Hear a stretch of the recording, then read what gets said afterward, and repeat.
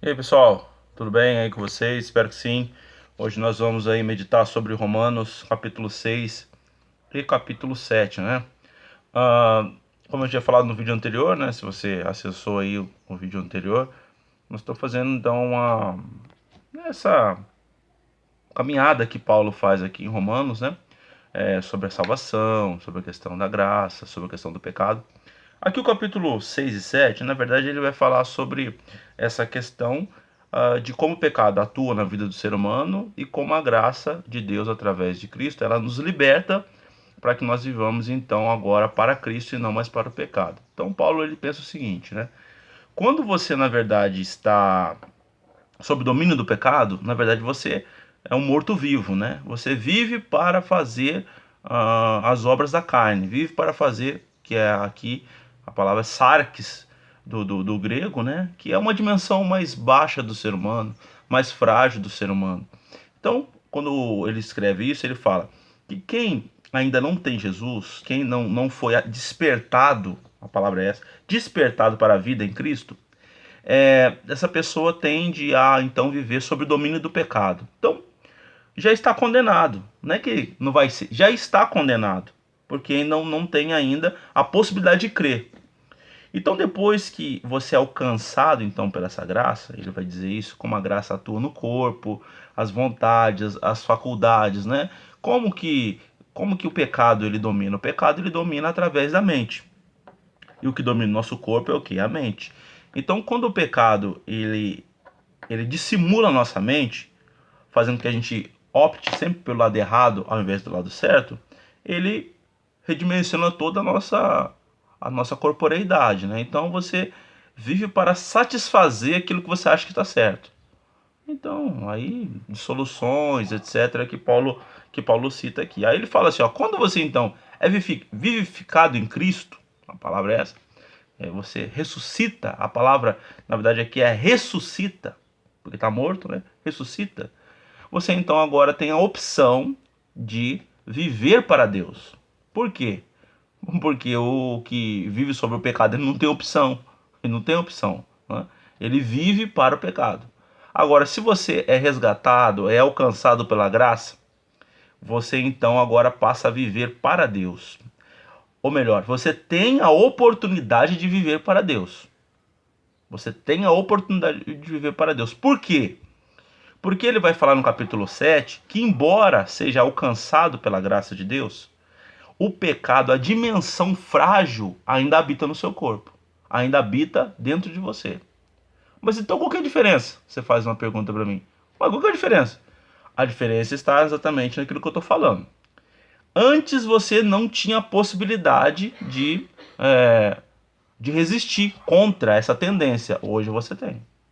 Então, vamos dizer assim, o cristão, né, o crente, o salvo, o predestinado, o eleito, o sei lá o que você, qual é a linha que você segue, né? Não sei qual é a linha que você está seguindo, é o predestinado, é aquele que aceitou, aquele que foi aceito, aí cada um vai falar de um jeito.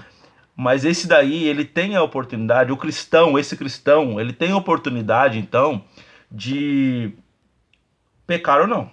Ele tem a oportunidade de servir a Deus ou não. O, Aquele que não é iluminado, ele não tem essa oportunidade. Por isso que Paulo fala, por que então que não cessa o pecado no corpo? Justamente por isso, porque agora você é livre e só é livre alguém que tem uma opção, correto? Você já viu um escravo ter opção? Não tem. O escravo ele tá para fazer a vontade do senhor dele. Então o escravo não tem opção. Se ele fala que nós éramos escravos do pecado, você tem opção de quê? De nada. Agora, quando você é livre em Cristo, você tem opção. Você tem opção de pecar ou não. Então Paulo ele está trazendo então essa dinâmica, né, de pecado, lei, graça, salvação, vida no Espírito, e ele vai aqui já introduzir aqui o que é uma vida no Espírito, para que viver no Espírito, para agradar a Deus, etc e tal, e o que ele faz aqui em Romanos. E por isso que ele coloca aqui o capítulo 7, ele está acabando de falar sobre isso, sobre o domínio do pecado, ele fala assim, ó, mas ainda eu tenho a dimensão da sarx, dentro do meu coração, dentro de mim. Sarx é carne, né? O pneuma de Deus, o Espírito de Deus está dentro de mim, mas a dimensão frágil da carne ainda também está presente. O que eu faço? Eu levo a minha mente cativa a Cristo, porque o evangelho para Paulo é na mente, nous, consciência, mente, noia, tudo é a mesma coisa. Na consciência, na cognição, no entendimento, destrava algo, tira o véu, como ele fala lá em Coríntios, e você então pode entender o evangelho e praticá-lo. Onde que está a questão aqui de Romanos? Está na cognição, no entendimento da questão, do cognatio, né? Está aqui na mente.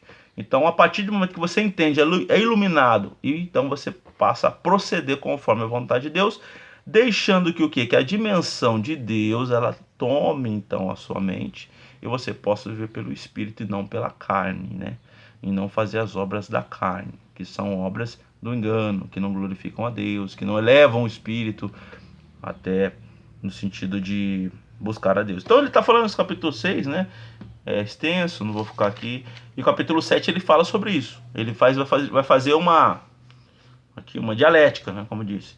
Ele vai falar, mas eu vivo no pecado ainda, meu corpo é escravo do pecado, mas eu tenho a oportunidade de, pela graça de Deus, viver uma vida diferente. É isso que ele fala aqui. Então, o que eu quero fazer, não faço. O que eu quero, pratico. O que eu não quero, pratico. Ai de mim, estou dentro dessa dialética, dentro desse dilema. Mas ele fala, não. Graças a Deus, que nos dá a vitória em Cristo, nós podemos andar pelo Espírito. E aí o Espírito é o pneuma. E aí nós vamos falar no próximo vídeo. Capítulo 8, né? Eu vou falar capítulo 8. Fazer um só sobre o capítulo 8, depois 9, 10 e 11. 9, 10 e 11, que é sobre a questão da predestinação para Paulo, dos judeus, etc. e tal. Ok? Um grande abraço aí a todos os amigos. Vocês estão me mandando e-mail aí, eu agradeço a todos vocês que têm falado comigo. E-mail, Facebook, ligações, eu recebo ligações do exterior aí, do Brasil, fora do Brasil, da América Latina. Muito obrigado a vocês aí que têm contribuído aí, tá? Um forte abraço a todos. Conto com vocês nas minhas orações.